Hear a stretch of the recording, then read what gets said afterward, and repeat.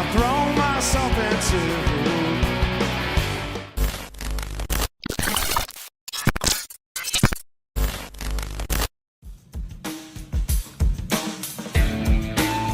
Menggabungkan heavy rock serta mendorong kepekaan punk dan melodi yang indah, Foo Fighters naik menjadi salah satu tindakan terbesar yang muncul dari ledakan alt rock tahun 1990-an.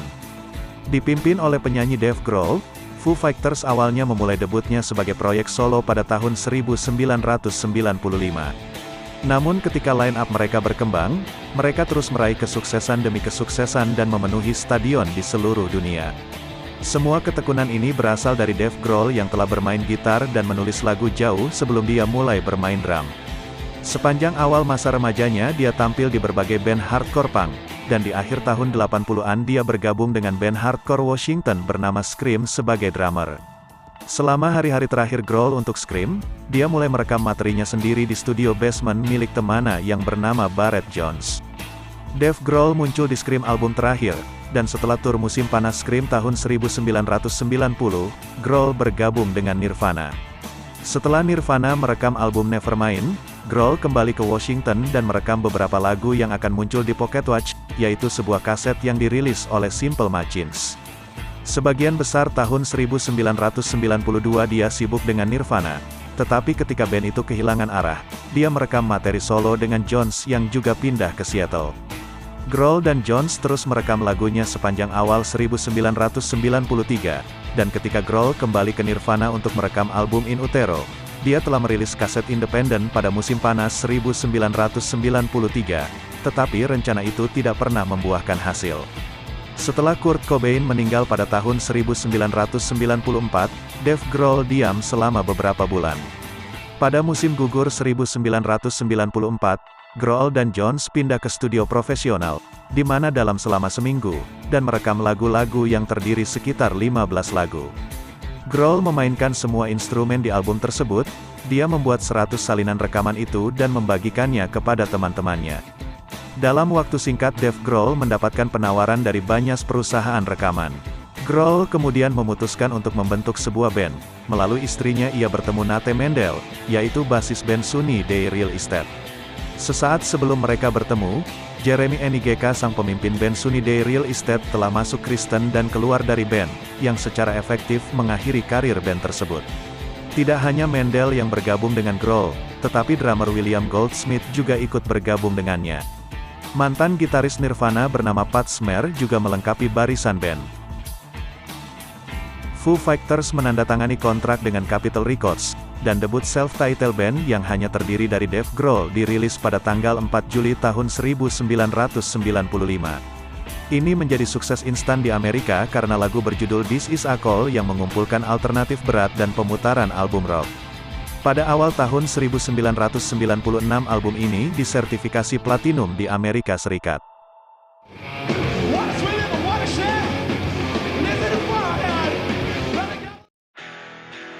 Sepanjang tahun 1996, Foo Fighters mendukung album dengan tur, dan menikmati hit crossover dengan lagu Big Me pada musim semi itu.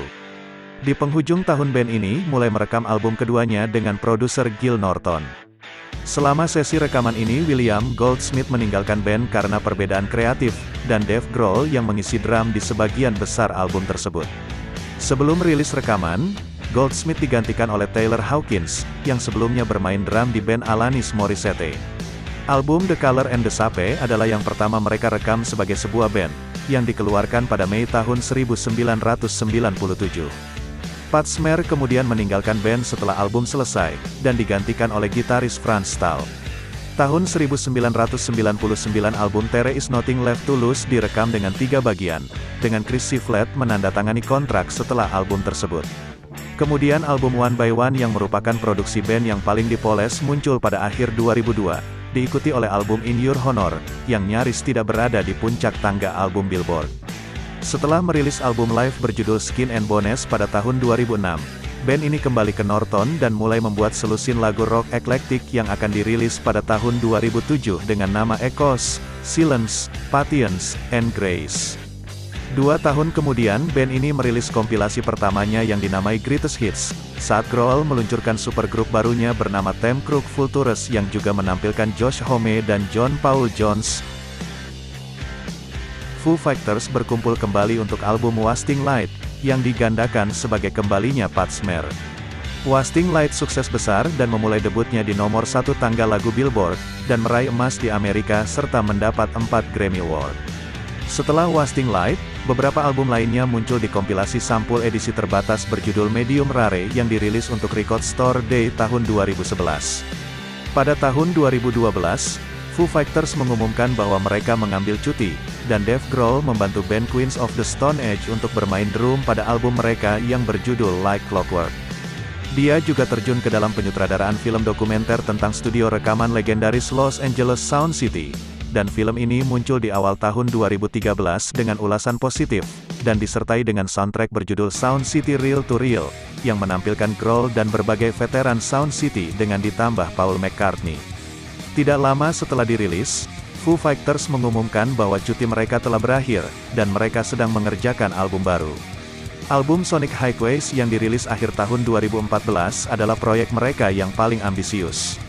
Setiap lagu direkam di kota yang berbeda, dan ada beberapa tamu istimewa, serta sebuah proses yang didokumentasikan dalam serial dokumenter 8 episode untuk HBO. Sonic Highways menjadi rilis internasional pada awal November tahun 2014. Selama tur dunia untuk Sonic Highways, Foo Fighters mendapat kehormatan menjadi band terakhir yang tampil di The Late Show with David Letterman pada tanggal 24 Mei tahun 2015. Saat tur dilanjutkan, Grohl jatuh dari panggung saat berhenti di Swedia, dan kakinya patah. Dia tampil dari kursi roda untuk sisa tur, yang dinamai tur kaki patah. Too alarming now to talk about. Pada akhir tahun 2015, untuk penghargaan kepada penggemar dan penghormatan kepada para korban serangan teror Paris, Foo Fighters merilis album Saint Cecilia, yaitu sebuah ledakan 5 lagu yang menampilkan Gary Clark dan Ben Queller. Itu mengembalikan band ke tangga lagu Billboard, dan memuncaki 20 besar di tangga lagu hard rock, alternatif, tastemaker, dan vinyl. Setelah itu band ini mengumumkan hiatus yang tidak terbatas dan tidak akan merilis musik baru sampai 2 tahun kemudian.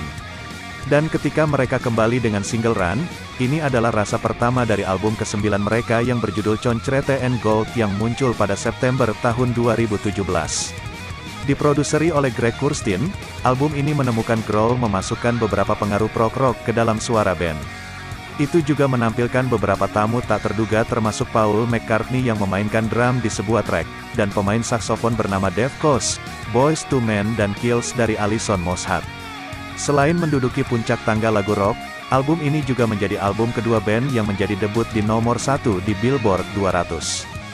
Foo Fighters melakukan tur secara ekstensif sepanjang 2017 dan 2018, termasuk tampil di Festival Glastonbury. Pada tahun 2019 mereka kembali bekerja di studio, dan merekam di sebuah rumah bersejarah di Encino, California, dan kembali bekerja dengan produser Kurstin. Awalnya dijadwalkan rilis pada 2020, album Medicine at Midnight sempat tertunda karena pandemi COVID-19. Namun single utama bernama Same Same muncul pada November tahun 2020, dan menduduki puncak tangga lagu rock mainstream. 2 lagu lagi menyusul termasuk No Son of Mine dan Waiting on a War, yang membuka jalan bagi album tersebut yang akhirnya tiba pada Februari tahun 2021. Pressure winds up, snapping in the air.